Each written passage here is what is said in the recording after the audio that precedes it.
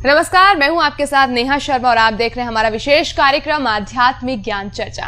और आइए शुरुआत करते हैं कार्यक्रम की और जानते हैं विचार जगत गुरु तत्वदर्शी संत रामपाल जी महाराज, सतलोक आश्रम बरवाला, जिला हिसार हरियाणा, बनाम हंसादेश पंथ के प्रमुख संत श्री सतपाल जी महाराज, पंजाबी बाग, दिल्ली के विचार। कहते हैं ब्रह्मा विष्णु महेश ये पूरी सृष्टि के रचयिता है, लेकिन इनके माता पिता कौन है, इसके बारे में बताएं। ऐसा है कि ये सबके माता पिता हैं और आप अंत में ऐसे शक्ति के बारे में आप चिंतन करेंगे जिसकी कोई माता पिता नहीं होती, वो प्राइमॉर्डियल है वो। आपने देखा होगा भगवान विष्णु शेषशय्या पर लेटे हुए थे। शेषशय्या का मतलब क्या होता है कि सांपों का जो कॉइल है उसको शेषशय्या बोलते हैं। शेषनाग जी लपेटे हुए हैं। कहने का मतलब जो हमारी पोटेंशियल एनर्जी है, आप समझ रहे हैं, क्या एक काइनेटिक एनर्जी होती है, पोटेंशियल एनर्जी होती है, वो जो एनर्जी है उस पर भगवान विष्णु लेटे हुए हैं।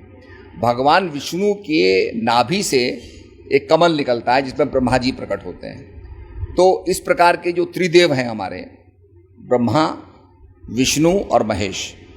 ब्रह्मा जी जो हैं वो संसार की उत्पत्ति करते हैं। भगवान जो विष्णु हैं वो पालन करते हैं और शिव संहार करते हैं। और आप तीनों को देखेंगे साइंस के माध्यम से तो एक एनाबॉलिक प्रोसेस है, एक कैटाबॉलिक प्रोसेस है और एक जो है मेटाबॉलिज्म है।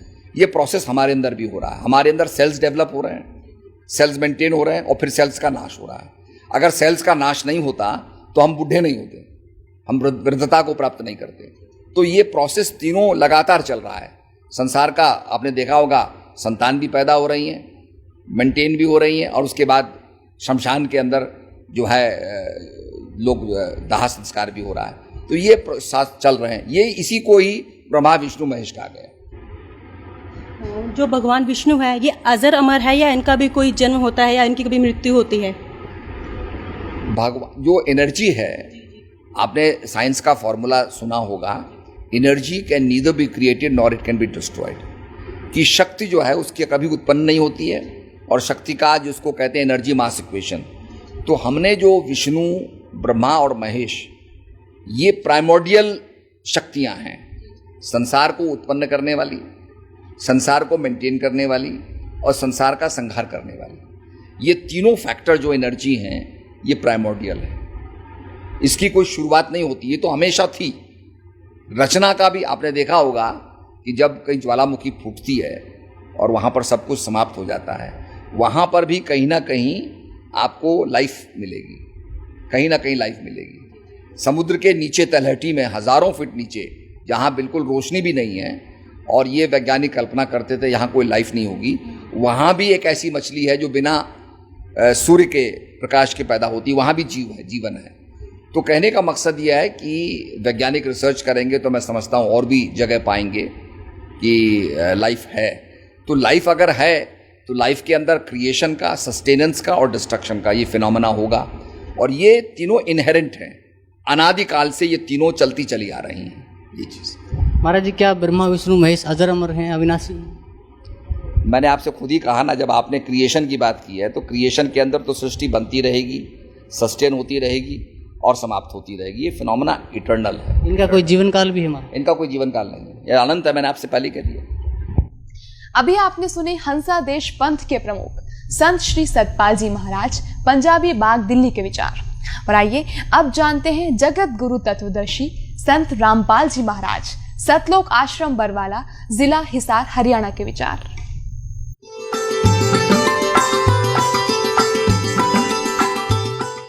सतगुरुदेव की जय। बंदी छोड़ कबीर परमेश्वर जी की जय। बंदी छोड़ गरीबदास जी महाराज जी की जय। स्वामी राम देवानंद जी गुरु महाराज जी की जय हो। गरीब नमो नमो सतपुरुष को नमस्कार, गुरु की नहीं सुर नर मुनि जन साधुओं संतों सर्वस्दी नहीं। सतगुरु साहेब संत सब दंडोतम प्रणाम, आगे पीछे मध्य हुए तिनको जा कुर्बान। श्री सतपाल जी महाराज जी से प्रश्न किया गया कि क्या श्री ब्रह्मा जी, श्री विष्णु जी, श्री शिव जी के भी माता पिता हैं? ये कहते नहीं, ये तो सर्वशक्तिमान है, ये सबके जनक हैं, इनका कोई माता पिता नहीं। और ये पुराणों को सत्य भी मानते हैं। अब हमारे पुराण क्या बताते हैं? श्री ब्रह्मा, श्री विष्णु, श्री शिव जी के माता पिता कौन है? हंस मंत्र श्रीमद् भगवत गीता में कहीं पर वर्णित नहीं है, वेदों में कहीं पर वर्णित नहीं है कि ये इस नाम से जीव का मोक्ष होगा। मूर्ख बना रहे कितने दिनों से हमारे को। अब इसलिए इस गीता ज्ञानदाता ने कहा है कि मेरी साधना में ये लीन ज्ञानी आत्मा अनुत्तम गति में ही सचित रहे। अनुत्तम कैसी? कि जिससे जन्म मृत्यु बार बार होती रहे, वो अनुत्तम है। और जहां जाने के बाद फिर लौट कर नहीं आते, वो ब्रह्म साधना से प्राप्त नहीं हो सकती। इन ज्ञानी आत्माओं ने हठ योग किए, ओम नाम का जाप किया, वेदों से प्राप्त करके आन उपासना, किसी देव की पूजा नहीं की। और ब्रह्मा जी को जब ये कमल के फूल पर बैठा था, वहां सचेत हुआ, इसको बेहोश करके कोमा में रखा हुआ था, वहां सचेत कर दिया कमल के फूल पर बैठा के। ब्रह्मा जी कहते मुझे नहीं मालूम मैं कहां से आ गया। तो आकाशवाणी कर दी इस काल ने कि तप करो तप करो। इसने सोचा यह आकाशवाणी पूर्ण परमात्मा की है, और करी थी इस काल ने। उसके बाद ब्रह्मा जी को वेद प्राप्त हुए। वेदों में कहीं पर भी हठ योग तप योग करना नहीं लिखा। तो इस ब्रह्मा के इस लोक वेद से कि मुझे आकाशवाणी हुई है तप करने की, हठ योग करने लग गए। ये ओम नाम का जाप वेदों से ले लिया, हजारों वर्ष तक डले डोते रहे। गीता अध्याय नंबर 11 के श्लोक नंबर 47-48 में कहता अर्जुन, ये मेरा रूप जो तूने देखा, ये असली मेरा रूप है। इससे पहले किसी ने नहीं देखा, किसी को प्राप्त नहीं हुआ मैं। और मेरे इस रूप की प्राप्ति साथ मेरी प्राप्ति न वेदों वर्णित विधि से, न तप से, न जप से, न किसी क्रियाओं से कोई नहीं कर सकता। इति सिद्धम कि वेदों में वर्णित विधि ओम नाम से और जो भी साधना क्रिया करते हैं यज्ञों से परमात्मा प्राप्ति नहीं से कुछ अन्य लाभ हो जाते हैं। वो लाभ इन ऋषियों को हो गए, सिद्धियां आ गई, एक दूसरे को ऊपर प्रभु पाकी के, किसी को भस्म कर दिया, किसी को जो है ना दुराशीष दे दी, जिस कारण से इनसे डरने लग गए। एक चुनक नाम के ऋषि थे, उसने ऐसे ही वो ज्ञानी आत्मा उद्धार थे, हजारों वर्षों तक ओम नाम का जाप और हठ योग किया। लोक वेद हठ योग गीता जी अध्याय नंबर 17 के श्लोक नंबर 6 में जिसको रिजेक्ट किया है कि शास्त्र विधि को त्याग कर जो मनमाना घोर तप को तपते हैं, वो राक्षस सब अन्य प्राणियों को भी दुखी देते हैं। इस शरीर के अंदर मुझ ब्रह्म को भी क्रस करने वाले, दुखी करने वाले असुर स्वभाव के जान। अब देखिए भी बुरे बताए ज्ञानी आत्मा क्यों?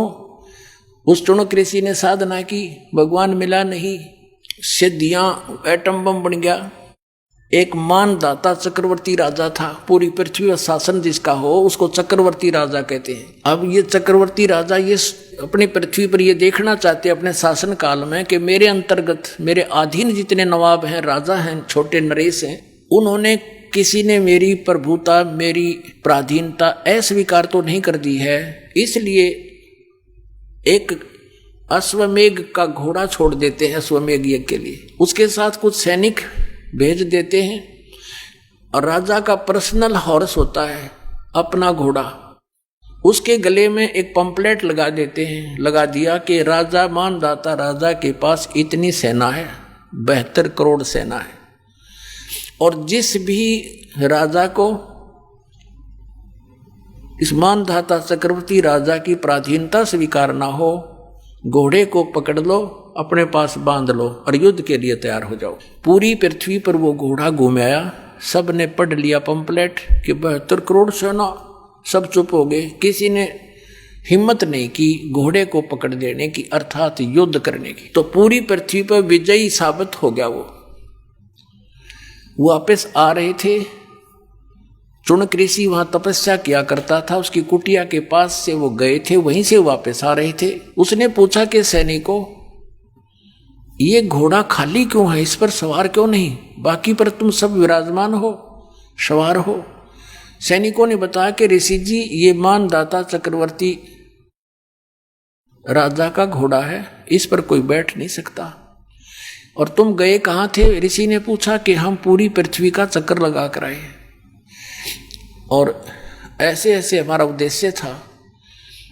तो ऋषि ने कहा कि क्या किसी ने इस राजा का युद्ध नहीं स्वीकार किया?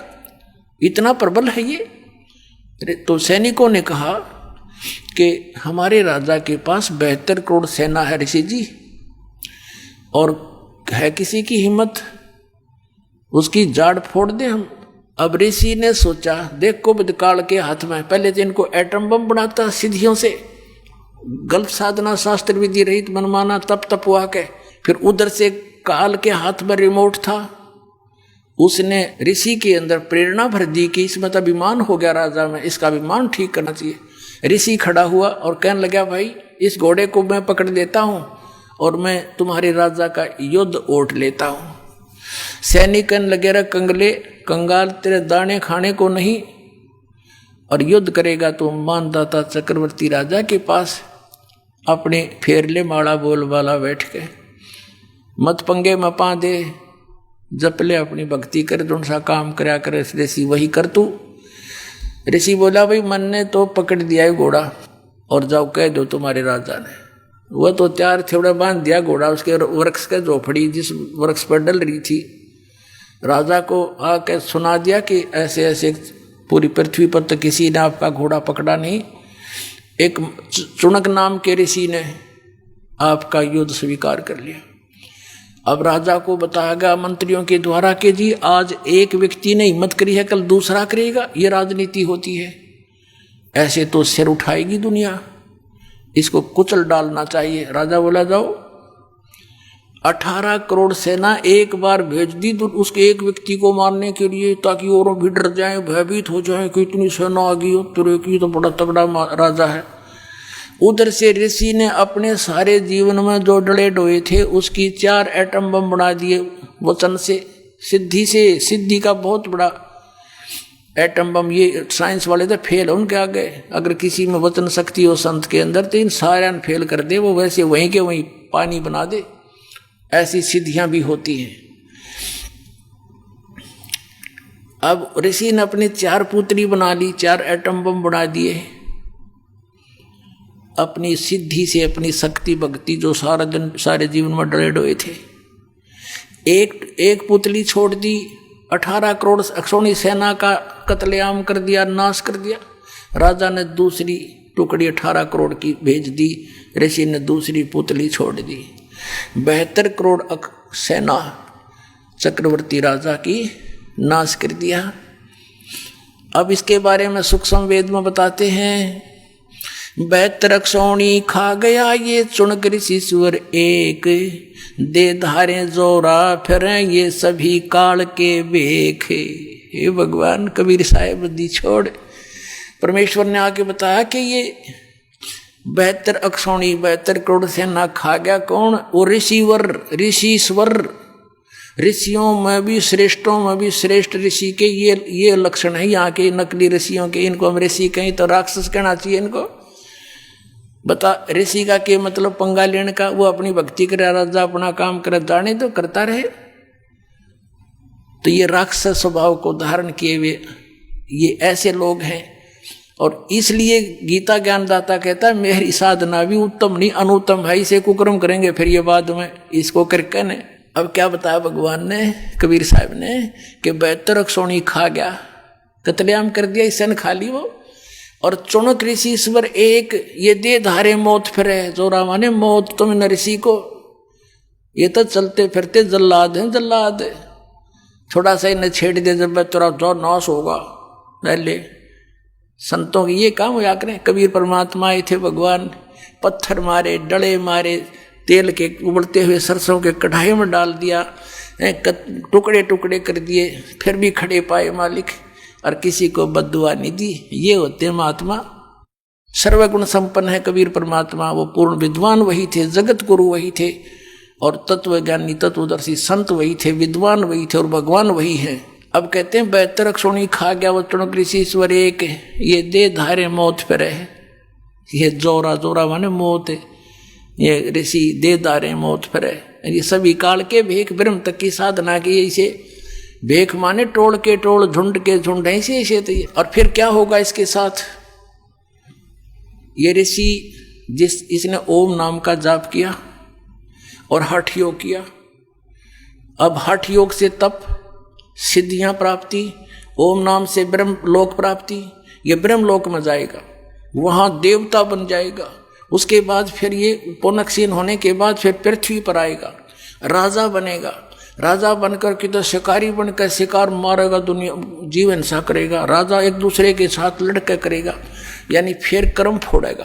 फिर इसको कहाँ भेजेंगे? नरक में ठोकेंगे, नरक भोग कर फिर पृथ्वी पर आएगा, फिर ये कुत्ता बनेगा ये चुनक ऋषि, और इसके सिर में कीड़े पड़ेंगे, जख्म।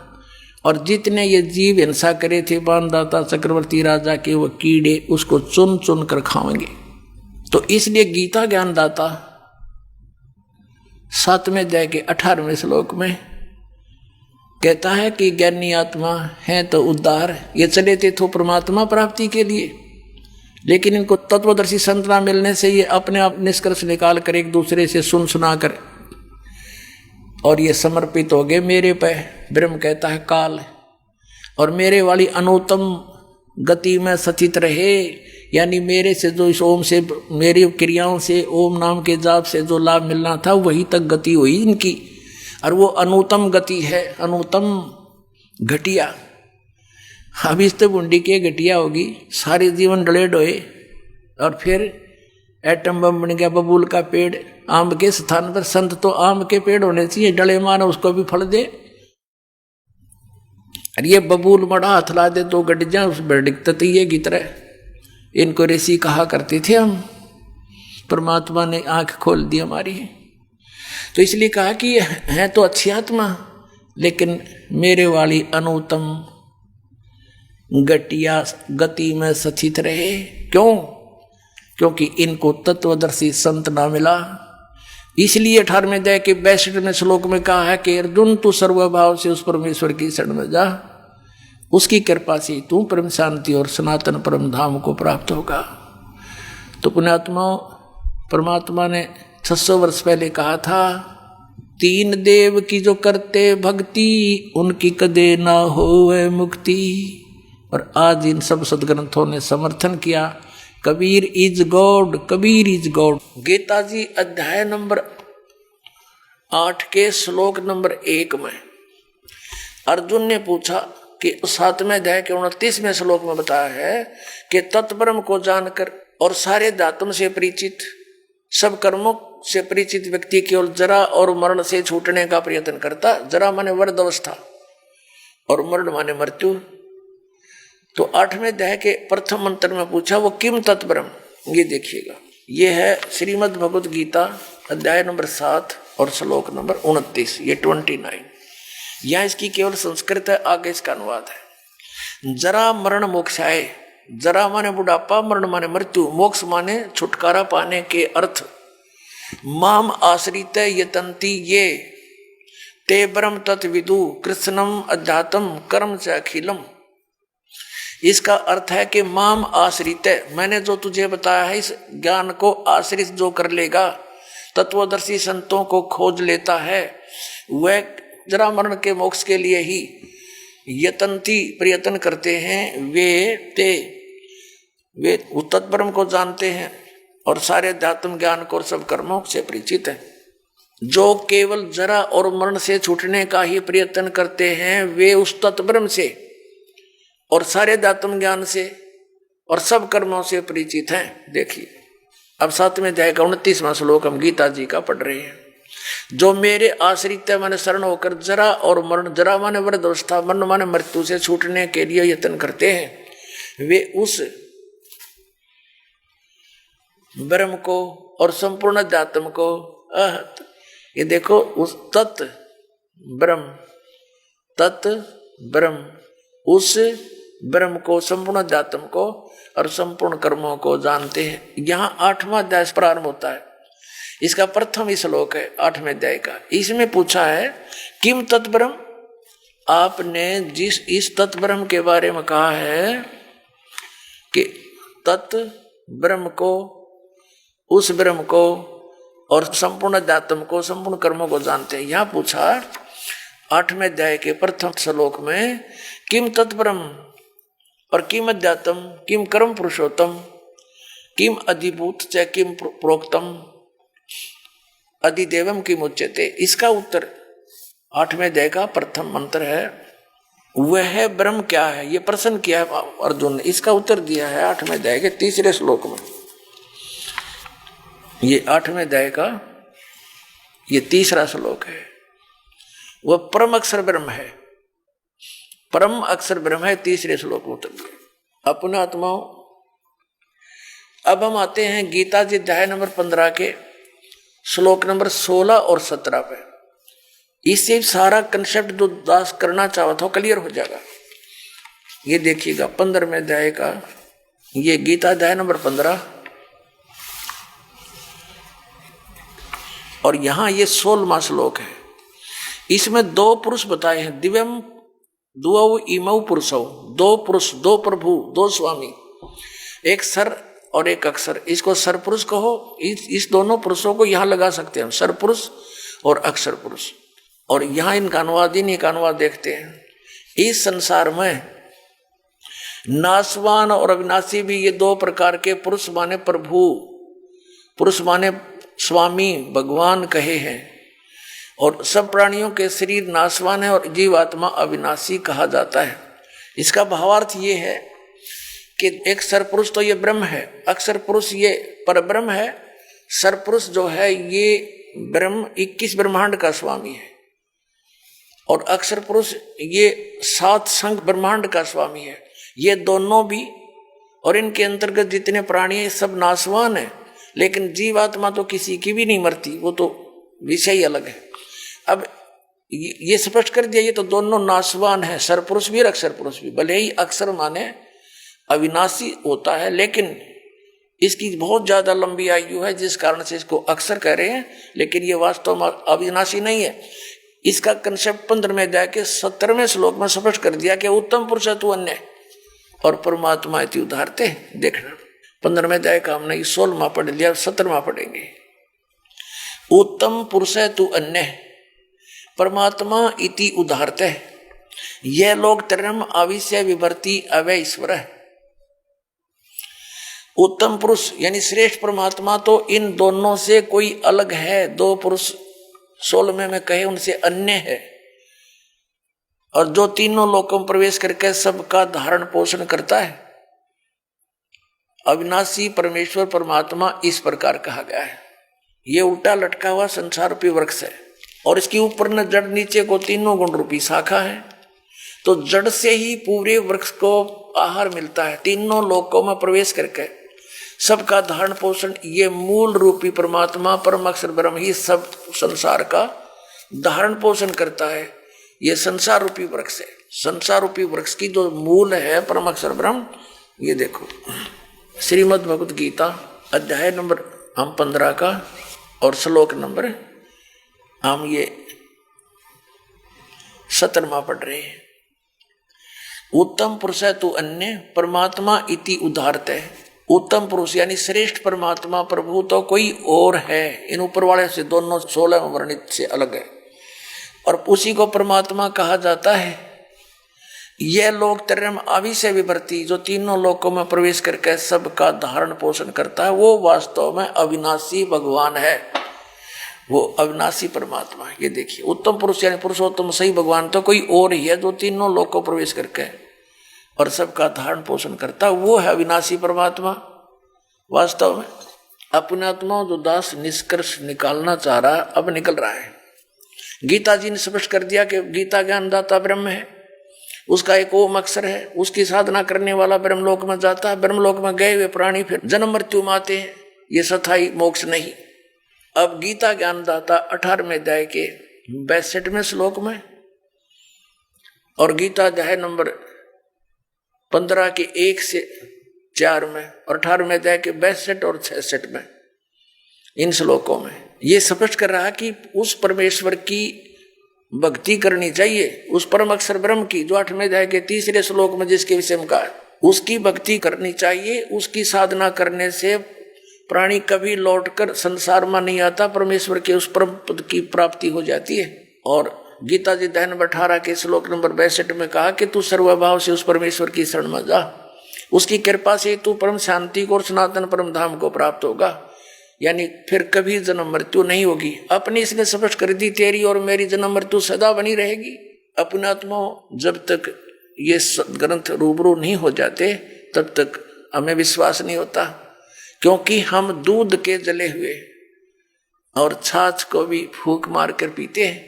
तो दास चाहता कि आपको इतना दृढ़ कर दूं कि आप सदग्रंथों को देखकर बिल्कुल पक्के हो जाओ और फिर त्याग दोगे उन नकली गुरुओं, आचार्यों और शंकराचार्यों को और अपना कल्याण कराओगे। अब देखिएगा, श्री मद् भगवत गीता अध्याय नंबर 8 के श्लोक नंबर 3 में स्पष्ट हो गया कि वो परम अक्षर ब्रह्म है। श्रीमद् भगवत गीता अध्याय नंबर 15 के श्लोक नंबर 1 से 4 और 16-17 में स्पष्ट हो गया, अक्षर पुरुष उसका तना है, सरपुरुष डार है, तीनों गुण रजगुण ब्रह्मा सदगुण विष्णु तम गुण शिव जी, ये संसार रूपी वृक्ष की शाखा है। और ये भी स्पष्ट हो गया कि सबका धारण पोषण करने वाला वास्तव में विनाशी परमात्मा परम अक्षर पुरुष है, परम अक्षर ब्रह्म है। अब गीता अध्याय नंबर 8 के श्लोक नंबर 5 में और 7 में गीता ज्ञानदाता अपनी साधना के लिए कहता है मेरी भक्ति कर। उसके लिए मंत्र इसने बता दिया 8वें अध्याय के 13वें श्लोक में कि मेरा एक ओम अक्षर है, नथिंग एल्स, और मेरी भक्ति करनी है तो ओम अक्षर है तो मुझे प्राप्त होगा, लेकिन युद्ध करना पड़ेगा। और परम अक्षर ब्रह्म की शरण में जाना है, उसकी भक्ति करनी है तो उसका मंत्र बता दिया 17वें अध्याय के 23वें श्लोक में, ओम तत्सत इति निर्देश है ब्रह्मण त्रिविध समर्थ है। ब्रह्मण माने उस परम अक्षर ब्रह्म के पाने की उसकी भक्ति का केवल ओम तत्सत इन 3 मंत्र के जाप का सिमरण करने का, 3 प्रकार से सिमरण करने का आदेश है। निर्देश, निर्देश माने फाइनल फैसला, नथिंग एल्स। तो उसकी साधना करने से तो वो 8वें अध्याय के 8, 9, 10 श्लोक में कहा कि उसकी भक्ति करेगा तो उस परमात्मा को, परम अक्षर ब्रह्म को प्राप्त होगा। उसकी साधना करने से वहां प्राणी चला जाता, जहां जाने के बाद फिर लौटकर संसार में नहीं आते। और ये हमारे आचार्य शंकराचार्य तत्व ज्ञानहीन प्राणी मंडलेश्वर ये कहते हैं हमारे धर्मगुरु कि श्री कृष्ण जी अपने बारे में कह रहे, हर इसमें कंसेप्ट क्लियर कर रखा है, 2 परमात्मा नारे नारे 3 बोले हैं, 3 बताए हैं, लेकिन 2 का ही अधिक रोल है, क्योंकि हम सरपुरुष के लोक में रहते हैं और परम अक्षर ब्रह्म के लोक में हमने जाना है। उसकी साधना है, लेकिन बीच में एक थोड़ा सा इंटरफेरेंस है इसकी, अक्षर पुरुष के इसके 7 संग ब्रह्मंडों से हमने पार कर होना है। उसके लिए इसका ये ओम तो ये सीधा ही मंत्र है ब्रह्म का, तत् ये सांकेतिक है अक्षर पुरुष का, और सत भी सांकेतिक है परम अक्षर पुरुष परम अक्षर ब्रह्म का। तो इन 3 मंत्रों के साधना से हम यहाँ से पूर्ण मोक्ष प्राप्त करके उस लोक में चले जाएंगे, जहाँ जाने के बाद साधक फिर कभी लौट कर नहीं आता। तो ये इस पूरी श्री मद् भगवत गीता का निष्कर्ष आपके सामने, आप थोड़ा संकेत दिखा और देता हूं। देखिएगा, श्रीमद् भगवत गीता अध्याय नंबर 8 का हमने यहां तक पढ़ लिया था कि वह परम अक्षर ब्रह्म है। ये 3रे श्लोक में वह परम अक्षर ब्रह्म है जो गीता ज्ञान दाता से अन्य है। और यहां गीता ज्ञान दाता कहता है 8वें अध्याय के 5वें श्लोक में कि जो पुरुष अंत काल में मुझे ही स्मरण करता हुआ शरीर त्याग कर जाता है वह साक्षात मेरे रूप को प्राप्त होता है।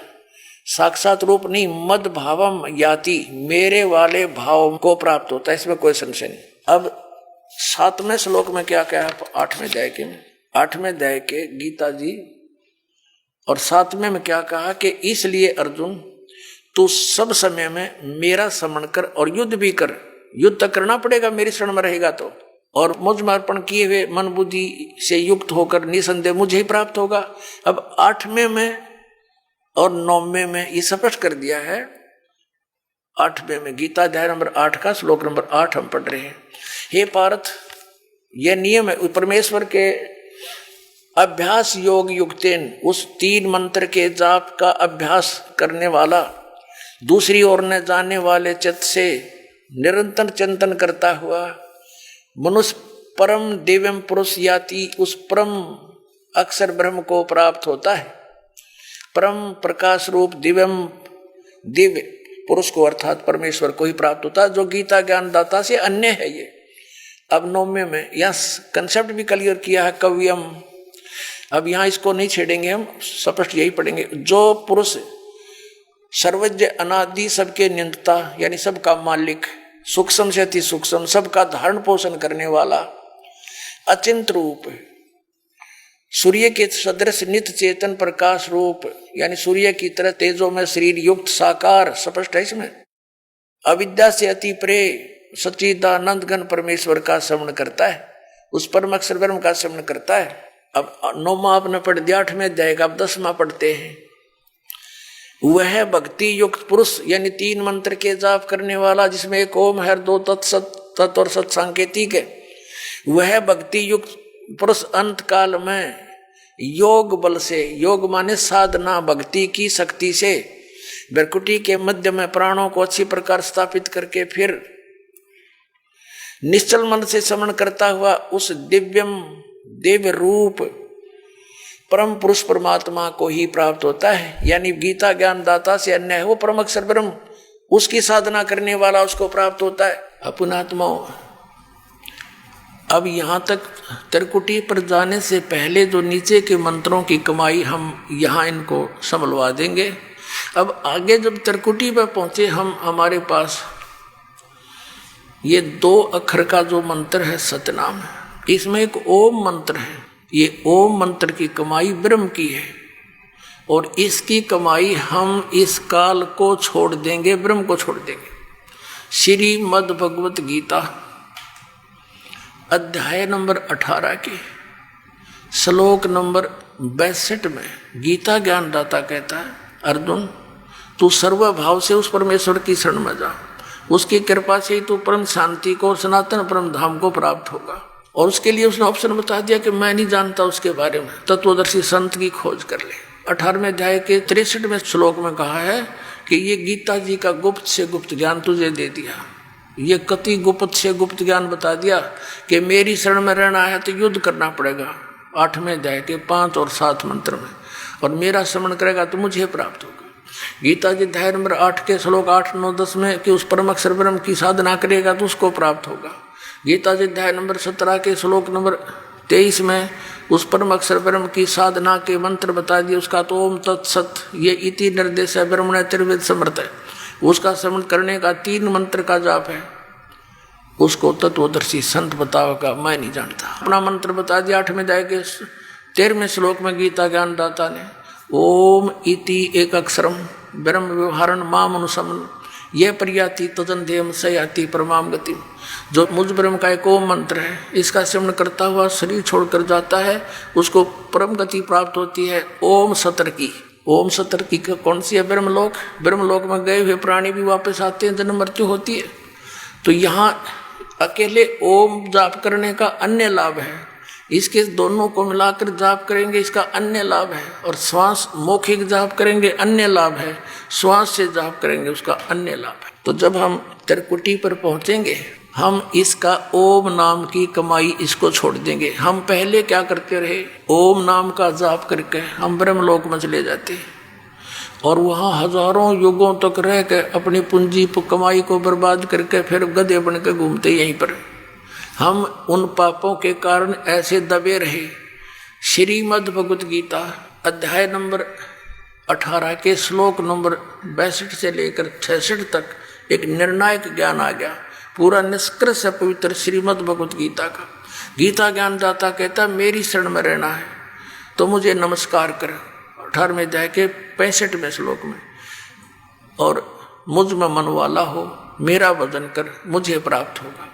और 18वें अध्याय के 66वें श्लोक में कहा है कि अर्जुन तू सर्व भाव से, क्या बोला है, सर्व धर्मान परितज माम एकम शरणम वर्ज। आपको दिखाते हैं। अब यहाँ पुण्यात्मा जो दास स्पष्ट करने जा रहा है कि कैसे मोक्ष होगा, ये कंपलसरी है कि कैसे मुक्ति होगी। किन किन महापुरुषों ने यह जाप किया। आदरणीय धर्मदास जी को परमात्मा ने स्वयं यही मंत्र दिया 2 अक्षर का, और आदि नाम को गुप्त रखा कि जिक्र नहीं करना है। ये मैं तुझे दे देता हूँ। इन सब महापुरुषों को दिए, लेकिन इन्होंने आगे इसका कितना नाम और निशान भी नहीं दिखाया किसी को। श्रीमद् भगवत गीता अध्याय नंबर 18 के श्लोक नंबर 66 में एक वरद शब्द है, और हमारे धर्म गुरुओं ने, ऋषियों ने, आचार्यों ने, शंकराचार्यों ने और मंडलेश्वरों ने इसका अर्थ का अनर्थ कर रखा है और घुमा रखा है। वर्ज माने जाना है, गो माने जाना है, इंग्लिश वर्ड है, और उसका अर्थ आना करता। वो कितना समझदार है, कुछ भी बनाए जाओ व्याकरण उसके अंदर, वो सेंटेंस को समझ नहीं सका। अब देखिएगा उसमें क्या अर्थ है। श्रीमद् भगवत गीता, गीता प्रेस गोरखपुर से प्रकाशित है, जय दयाल गोविंद का इसके अनुवादक है। इसके 18वें अध्याय के 66वें श्लोक में आपको दिखाते हैं। ये है श्रीमद् भगवत गीता अध्याय नंबर 18 और श्लोक नंबर 66। इसमें क्या लिखा? सर्वधर्मान प्रीतज माम प्रीतज्य माम एकम शरणम व्रज अहम तवा सर्व पापेभ्यः मोक्षामि मा शुच। इन्होंने क्या क्या? संपूर्ण धर्मों का अर्थात पूर्ण कर्तव्य कर्मों का मुझ में त्याग कर, धर्मों को मुझ में त्याग कर तू केवल एक मुझ माम का अर्थ के लिखा है मुझ सर्वशक्ति शक्तिमान सर्वाधार परमेश्वर की शरण में। शरणम माने शरण में, व्रज माने आजा, जबकि व्रज माने जाना होता है। मैं तुझे सब पापों से मुक्त कर दूंगा, शोक मत कर। अपना आत्मा पहले ये व्रज माने आना है या जाना है, ये कंसेप्ट क्लियर करना पड़ेगा। पहले वो थोड़ा सा वो प्रकरण पूरा करते हैं कि ये ओम नाम का जो मंत्र है ये हम काल को देंगे, वहाँ त्रिकुटी में अकाउंट होगा आपका, और वहाँ इस दास के रूप में परमात्मा कबीर जी मिलेंगे। आप दौड़े दौड़े जाओगे अपने गुरु जी के पास, तो आपको लेकर के परमात्मा धर्मराज के पास जाओगा। अकेले भाई हमारा हिसाब कर इसका हिसाब, ये ओम नाम का जो जाप है तुम्हारा पकड़ो, बाकी छोड़ो हमारा। तो जो दूसरा मंत्र है ओम के साथ 2 अक्षर में, तो वो परब्रह्म का जाप अक्षर पुरुष का, उसके 21 ब्रह्मांड से 7 संग ब्रह्मांडों से पार होना। अब देखिएगा एक ब्रह्मांड का चित्र, ये एक ब्रह्मांड का लघु चित्र है, ये एक इलिप्टिकल जो शेप है ये ब्रह्मांड का चित्र है। अब इसके अंदर क्या है,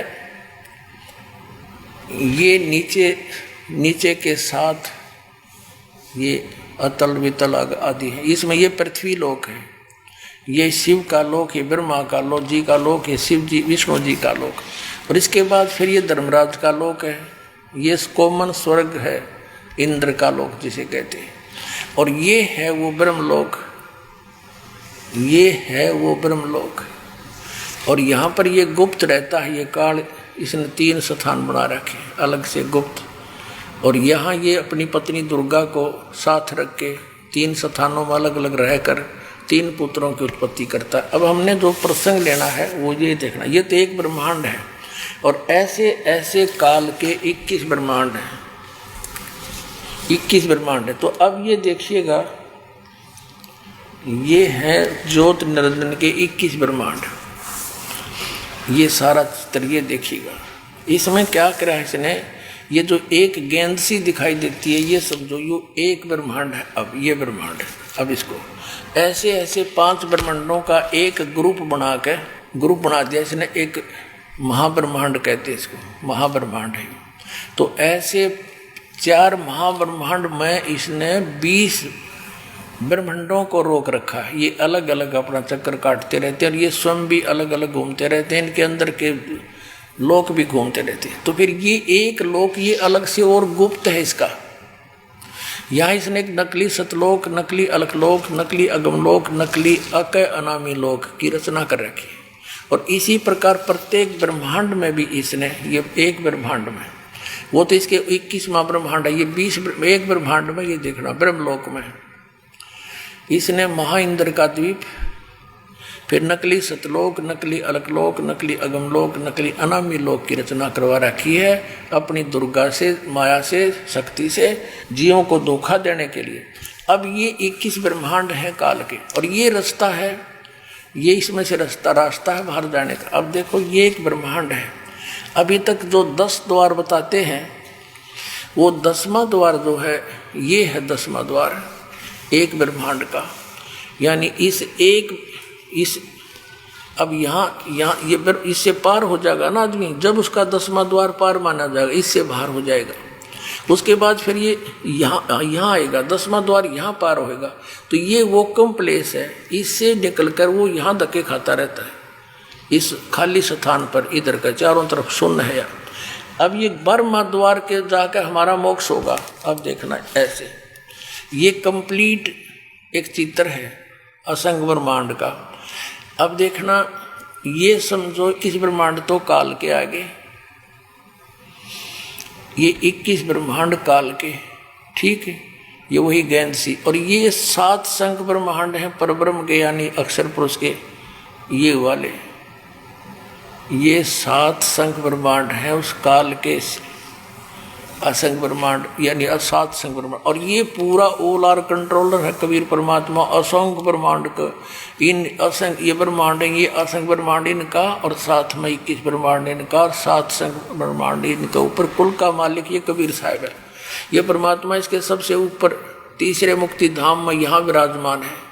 अब यहाँ देखिएगा, जैसे एक ब्रह्मांड के अंदर ये 21 ब्रह्मांड का चित्र देखिएगा यहाँ पर। अब 10वां द्वार तो एक ब्रह्मांड में ही रह लेता है, इससे बाहर नहीं जाता, यूँ एक ब्रह्मांड से में ही रह लेता है। अब परमात्मा के उस मंत्र से बाहर निकलेंगे हम। अब ये 21 ब्रह्मांड है। अब यहाँ से जैसे 11वां ये है वो 11वां द्वार, 10वां तो एक ब्रह्मांड के अंदर है, और यहाँ से निकलकर ये प्राणी ये 11वां द्वार है। अब इसको देखेंगे, यहाँ आइएगा, और फिर 11वां द्वार पार करके हम इसमें 7 संग ब्रह्मांड जो इसके हैं परब्रह्म के, उसमें प्रवेश कराएंगे। और फिर ये 12वां द्वार है जो सतलोक में जाकर खुलेगा, यानी इस परब्रह्म के 7 संग ब्रह्मांडों को पार करके फिर 12वां द्वार पार करके हम सतलोक में जाएंगे। ये 10वां द्वार पर गाटा जोड़ रखा।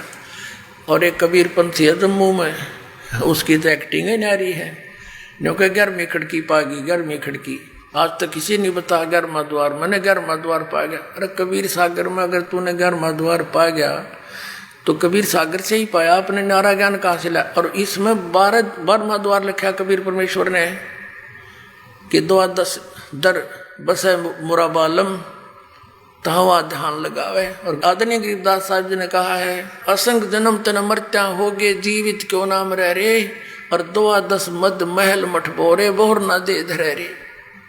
वो 12वें द्वार को पार करके वहां पर वो परमात्मा है, जहाँ जाने के बाद फिर दोबारा दे नहीं धरता, दोबारा जन्म मृत्यु नहीं होता। और उसके लिए सतनाम, इस सच्चे नाम का 2 अक्षर के नाम के जाप से जाएगा। आइए अब हम उन श्रद्धालुओं के अनुभव जानते हैं जो जगत गुरु तत्वदर्शी संत रामपाल जी महाराज जी से दीक्षा प्राप्त कर चुके हैं तथा उनके द्वारा बताए गए भक्ति मार्ग पर चल रहे हैं। नमस्कार सर।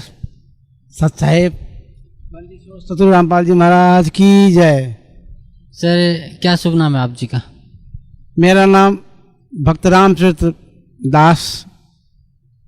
सर कहाँ से आए आप? मैं नेपाल के गाविसा चक्कर जिला धनुषा नेपाल का वासी हूँ और अभी काठमांडू में घर बना के रहता हूँ। सर क्या काम करते हैं आप?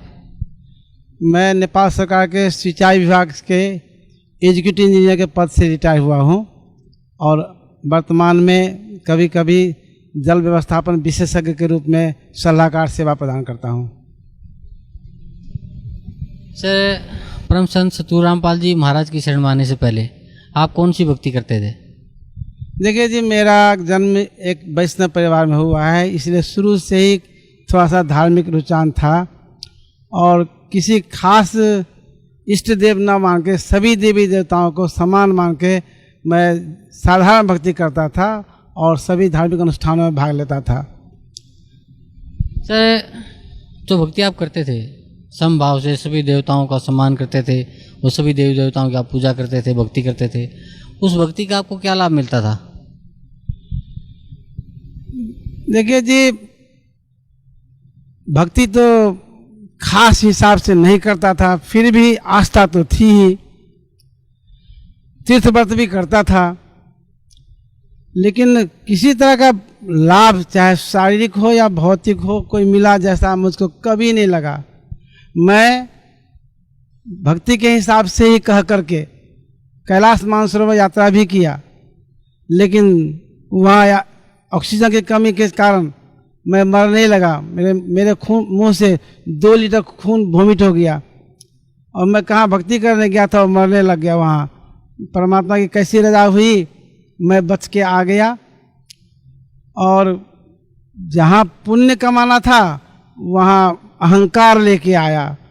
मैं गया था शांति खोजने, मन में अशांति लेके आया। तो मैं क्या कहूँ, क्या फ़ायदा? कुछ भी फ़ायदा तो नहीं दिखाई दिया हमको।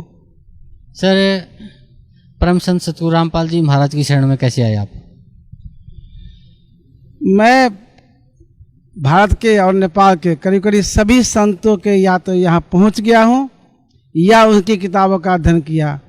शांति कुंज हरिद्वार में 1 महीने का सत्र किया, 3-4 वर्ष उसमें लगा रहा। रामचंद्र मिशन में 3-4 वर्ष लगा रहा। सहज मार्ग में लगा रहा। और पुट्टपर्ती में सत्य साई को तो भगवान मान के चलता था। लेकिन कहीं से कुछ मेरे मन की शांति कहीं नहीं हुई। मेरे मन में कुछ प्रश्न थे कि मैं कौन हूँ, मैं कहाँ से आया हूँ, कहाँ जाता हूँ, कौन ऐसा करता है। ये सारा प्रश्न का जवाब कहीं नहीं मिला। इसलिए मैंने अध्ययन भी खूब किया, कोई भी संत का किताब नहीं छोड़ा, लेकिन मन की शांति नहीं कहीं गई। तब मैं निराश हो गया कि मैं कहाँ जाऊँ। मेरे भाई साहब अभी भक्त सुमन दास हैं, वो कबीर पंथ के ही एक महंत थे और सभी वहाँ के स्थानीय महंतों का एक महामंडलेश्वर बनाए थे, उसके भी अध्यक्ष वही थे। तो मैं एक बार उनके आश्रम में गया, उनके हाथ में मैंने किताब देखी, परिभाषा प्रभु की। किताब का शीर्षक मुझे अटपटा लगा, क्योंकि जो ज्ञान मुझको था उसमें ऐसा था कि प्रभु वो है जिसको परिभाषित नहीं किया जा सकता। यहाँ किताब का नाम ही है परिभाषा प्रभु की, कैसा होगा। जिज्ञासा बस मैंने उल्टा दिया और उसका जब भूमिका ही पढ़ा तो लगा, मेरे को झटका सा लगा, अरे मैं जो खोजता था तो सब इसमें है ही। मेरे को लगा कि भाई साहब ये किताब हमको पढ़ने के लिए दीजिएगा। और मैं चला गया काठमांडू। फिर कुछ दिन के बाद आया तो किताब मांगा मैंने, उन्होंने कहा कि भाई किताब तो हमने वापस कर दिया। तो मैंने कहा ये तो ठीक बात नहीं है भाई साहब, हमको किताब ला दीजिए, ला दीजिए, ला दीजिए। कहा ठीक है ला दूंगा। ले आए, हमको भेज दिए काठमांडू। मैंने अध्ययन किया। अध्ययन करने के बाद मैं अपने आप को रोकना मुश्किल हो गया कि मैं वैसे मैं सदगुरु तो नहीं कहूँ। उस समय मैंने उस समय कहा रामपाल जी महाराज का दर्शन करना जरूरी है। मैंने अपने भाई साहब को निवेदन किया कि आप तो इसी लाइन के आदमी हैं, चलिए साथ ही साथ चलेंगे दोनों भाई। लेकिन वो तो बड़े महंत, उनको फुर्सत कहाँ। वो आजकल करते करते 7-8 महीना गुजार दिए, मुझसे रहा नहीं गया। मैंने कहा अब इनका भी आस्था छोड़ना चाहिए। मैं इंडिया में कहीं भी जा सकता हूँ अकेले, कोई दिक्कत नहीं है, क्योंकि मैं भारत से ही पढ़ा हूँ, पंतनगर से पढ़ा हूँ, इंजीनियरिंग किया हूँ, मेरे लिए क्या दिक्कत है। तो मैं मन में अठोट कर लिया कि नहीं, अब भाई साहब का भी साथ छोड़ देंगे, मैं अकेले जाऊँगा। ये कहते ही पता नहीं परमात्मा की कैसी रजा हुई कि मैं बिना पैसे खर्च किए बरवाला आ गया। हुआ यूँ कि मेरे एक मित्र जिसको रीढ़ की हड्डी में बहुत भयंकर दर्द होता था और उसको इलाज के लिए कोई नहीं था, तो हमको साथ में ले गया, पटना ले चलो कह के। पटना गया, वहाँ उसका इलाज डायग्नोसिस नहीं हो सका। डॉक्टरों ने क्या कहा कि आप इसको लखनऊ ले जाइए कि चंडीगढ़ ले जाइए। तो सलाह के बाद चंडीगढ़ जाना तैयार हुआ और वो हमको ही ले गया फिर चंडीगढ़। चंडीगढ़ से मैंने फ़ोन किया करौथा आश्रम कह के, तो करौथा आश्रम तो नहीं, लैंडलाइन में नहीं लगा, मोबाइल में किया तो लग गया। मैंने कहा कि बरवाला आ जाओ। मैंने कहा बरवाला कहाँ है जी, मैं तो करौथा जानता हूँ। तो करौथा आश्रम नहीं है, आप बरवाला आ जाओ। आप कहाँ से बोल रहे हो? तो चंडीगढ़ से। तो चंडीगढ़ से हिसार का बस पकड़ लो, 35 किलोमीटर पहले ही उतर जाना, आ जाएगा बरवाला। तो इस प्रकार मैं बिना खर्च के बरवाला आ गया। और मैं तो पहले ही किताब पढ़ चुका था तो आते ही 16 अगस्त 2008 में मैं सदगुरु के शरण में आ गया और नामदान ले लिया। सर, परम संत सतगुरु रामपाल जी महाराज की शरण में आने के बाद आपको क्या लाभ मिला? लाभ को मैं शब्द में क्या व्यक्त करूं। सबसे बड़ा लाभ तो ये हुआ कि मेरे प्रश्न सब डिग गए, मेरे पास कोई प्रश्न नहीं रहा, मेरा मन शांत हो गया। दूसरी बात, मेरे हाथ में देख रहे हैं एक कैंसर का दिखाई पड़ रहा है, ये एक छोटा सा फुंसी निकला जो बढ़ के कैंसर रूप ले लिया। मैं पेशा से इंजीनियर, 4 वर्ष तक इलाज कराया, किसी डॉक्टर से ठीक नहीं हुआ। तब अब मरता क्या नहीं करता, वो ओझाओं और झाड़ा लगाने वालों के पास गया, वो लोग भी महीनों दिन प्रयास किया, नहीं ठीक हुआ। और एक दिन ऐसे ही झाड़ा लगाने वाले ने मेरे गृह देवता, जो घर में लोग पूजते हैं गृह देवता, उसको कारिक कहते हैं हम अपने यहाँ, अपना देवता को, वो आए और उसने कहा कहाँ जाते हो डॉक्टर के पास, ये डॉक्टर से ठीक होने वाला है, ये तो मैंने किया है, क्योंकि मेरा न पूजा करते हो तुम लोग, न मेरा घर जो गहबर कहते हैं हम लोग, गहबर उजाड़ के फेंक दिए, पूजा नहीं करते हो, मैं एक एक को देखूंगा, तुम्हारा हाथ कटवा के छोड़ूंगा। मरता क्या करता, मैं फिर अपने सगे संबंधियों के पास आया कि भाई गहबर बनाओ, पूजा करो, किसी ने ध्यान नहीं दिया। तो फिर परमात्मा की शरण में मैं जब आ गया तो मैंने मन ही मन परमात्मा से प्रार्थना करके, हे प्रभु, अब मैं आपकी शरण में हूँ और अब आप जो करो, या तो हाथ कटवा दो या ठीक कर दो, आप विश्वास करें न करें, 2.5 महीना में ये घाव ये अपने आप ठीक हो गया। मैं डायबिटीज का पेशेंट हूँ, मैं प्रत्येक दिन एक टेबलेट खाता था और यहाँ आने पर भी मैं टेबलेट खाता ही था। एक बार मैंने परमात्मा से प्रार्थना किया कि परमात्मा आप हम पर दया कीजिए, मैं टेबलेट नहीं खाऊं, क्योंकि मैं प्रचार में जाता हूं, कहता हूं ये प्रभु की भक्ति करने से, सद्भक्ति करने से सारे रोग नष्ट हो जाते हैं, और मैं खुद दवा खाता हूं। तो बंदीछोड़ सतगुरु रामपाल जी ने कहा कि लोगों की बात क्यों सुनते हो, राम को भी तो लोग अच्छा नहीं कहे और लोगों की बात पर गर्भवती पत्नी को भेज दिया, नहीं दवा खाओ। फिर मैं 2 वर्ष तक खाता रहा। इसके बाद मैं फिर प्रार्थना किया, गुरुदेव, मैं उस समय थोड़ा सा अपने पर विश्वास नहीं था मुझको, मैंने आपसे दवा खाने की प्रार्थना की। अब मुझको पता चल गया कि मैं भक्ति करूँगा तो रोग क्या करेगा, और भक्ति नहीं करूँगा तो जी के क्या करूँगा। इसलिए प्रभु, मैं अपना वचन आप वापस ले लीजिए, हमको दवा खाना नहीं है, आप हमको आदेश दे दीजिए, अगर अभी छोड़ दूँ तो आपका गुरु आज्ञा का उल्लंघन हो जाएगा, इसलिए कृपया परमात्मा हमको माफ़ करके हमको छोड़ दीजिए। हंसने लगे और आज्ञा मिल गया, मैंने दवा छोड़ दी। तब से मैं कभी कभी मिठाई भी खा लेता हूँ, कोई परहेज नहीं है।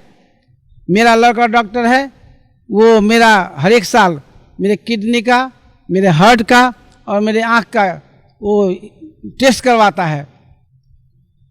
पहले मैं मोटा मोटा अक्षर नहीं पढ़ पाता था, अब मैं महीन अक्षर पढ़ता हूँ। हार्ट और किडनी में कोई प्रॉब्लम नहीं दिखाता है। डायबिटीज है, मेरा लड़का ने गुरुदेव से, सदगुरुदेव से शिकायत किया कि पिताजी दवा नहीं खाते हैं। गुरुदेव ने कहा क्या होगा जी, अरे यहाँ तो 500 बड़ा घूमता रहता है, क्या फर्क पड़ता है। और उस दिन से मैं आनंद से जी रहा हूँ, न दवा खाता हूँ, न रोग भी ठीक नहीं हुआ। परमात्मा क्या चाहते हैं पता नहीं, हमसे क्या दिखवाना चाहते लोगों को, वो तो मैं नहीं जानता। हाँ, एक बात जरूर है, मेरे को अब समझ में आया है कि उस बार मैं इतना देर से आया यहाँ पर, शायद पहले आ जाता 1 वर्ष पहले तो मैं सदगुरु को नहीं पा पाता, क्योंकि मैं करोथा खोजता और उस समय गुरुदेव जेल में थे। और जब आए बरवाला में 2-3 महीने के अंदर मैं आ गया तो मुझको परमात्मा मिल गया। मैं आनंद से हूँ, मेरे घर में कोई किस्म की समस्या नहीं है, सब आनंद से है। मैंने सदगुरुदेव से प्रार्थना किया कि मेरे लड़के सब डॉक्टर है, चार्टर है, पढ़े लिखे हैं, लेकिन भक्ति नहीं करते आने वाले हैं, आप कृपा कर दीजिए। उन्होंने कहा, हंस के कहा कि जाओ सब आ जाएगा। और एक वचन में सारा परिवार मेरा आ गया।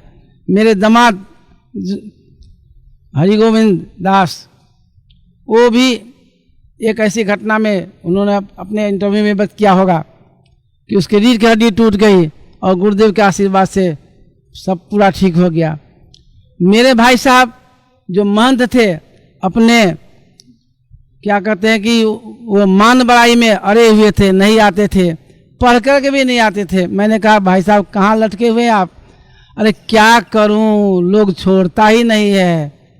तो एक बार मैंने उसको तान के लाया, उनकी इच्छा तो थी ही, फिर मैंने जोर दे दिया, तान के लाया, और वो भी सतगुरु शरण में आकर के अब वो महंती भी छोड़ दिए हैं गुरुदेव के आदेश आज्ञा अनुसार, और साधारण किताब रह रहे हैं। तो मैं क्या कहूँ, मेरे जीवन में तो पहले मैं कर्ज से डूबा रहता था, 1 पैसा का कोई कंसल्टेंसी नहीं देता था। आज कंसल्टेंसी काम के लिए लोग पीछे पड़े हैं। मैं ही कहता हूँ, नहीं, मेरे को अब नहीं चाहिए पैसा, अब मैं नहीं करूँगा काम, और मैं आनंद से गुरुदेव के ज्ञान ज्ञान किताब के प्रचार में लगा हुआ हूँ। सर, परम संत सतगुरु रामपाल जी महाराज से नाम उपदेश लेने के आपको जो कैंसर जैसी लाइलाज बीमारी भी ठीक हुई, और हार्ट की, किडनी की कोई प्रॉब्लम नहीं रही, आंखों से भी आपको दिखाई देना शुरू हो गया। तो सर, भक्त समाज को आप क्या संदेश देना चाहते हैं? देखिए, भक्त समाज वास्तव में परमात्मा को चाहने वाले हैं, लेकिन वो गलत नकली संतों के चक्कर में पड़ के और गलत साधना करके अपने को दुखी कर रहे हैं। चाहे वह गरीब हो या धनी हो या पढ़ा लिखा हो या पद वाला हो, जो भी हो, सारा गीता के श्लोक अध्याय 16 के श्लोक 23 अनुसार के भक्ति नहीं करने पर वो सारा के सारा दुखी है। और इन दुखी भक्त समाज को मैं ये कहना चाहता हूँ कि पूर्ण ब्रह्म आ चुके हैं, तारनहार आ चुके हैं। कबीर वाणी में है लिखा हुआ कि कबीर 500 जब कल युग बीत जाए, महापुरुष फरमान तब जग तारण को आए। तो तारनहार आ गए हैं। ये मध्य पीढ़ी है कल युग का, इसमें उनको तारनहार ले जाएंगे हम भक्तों को। इसलिए देर नहीं करो, क्योंकि मानव जीवन दुर्लभ है, मिले न बारंबार। जैसे तलवर से पत्ता टूट गिरा, लगे न दूजी बार। ये मानुष चला फिर नहीं मिलेगा। इसलिए अगर इस बार चूके तो फिर अगले कल युग तक तत्वदर्शी संत का तलाश करना पड़ेगा। इसलिए अभी आए हैं घर में। आप भाग्यशाली हो जो इस समय पैदा हुए हो, भाग्यशाली हो जो तत्वदर्शी संत के नजदीक में हो। अब फिर भी अज्ञान अंधकार में पड़े हो तो ज्ञान गंगा पढ़ो, और पढ़ के दौड़े दौड़े सर पर पैर रख के आ जाओ, क्योंकि अब लोगों की भीड़ इतनी हो चुकी है कि परमात्मा का दर्शन करना दुर्लभ हो जाएगा। पहले जब मैं शुरू में जुड़ा था तो 5-5 मिनट गुरुदेव के चरणों में सपरिवार रहता था। आज गुरुदेव को देखना मुश्किल हो गया है, प्रवचन में ही आते हैं तो दर्शन कर पाते हैं। एक दिन आएगा जो दर्शन के लिए भी महीनों बैठना पड़ेगा। सो भक्त समाज, आप जल्द से जल्द आओ, गुरुदेव से निःशुल्क नाम दीक्षा प्राप्त करके अपने को जीवन को सार्थक करो। इस संसार रूपी दुख से तो दूर हो गए ही, परम पद की प्राप्ति करो। इसके सिवा दूसरा रास्ता न है न दूसरा होगा। इसलिए देर नहीं करो, जल्द आ जाओ, मेरी यही सबसे विनती है। जी धन्यवाद, आपका बहुत बहुत धन्यवाद। सत साहिब।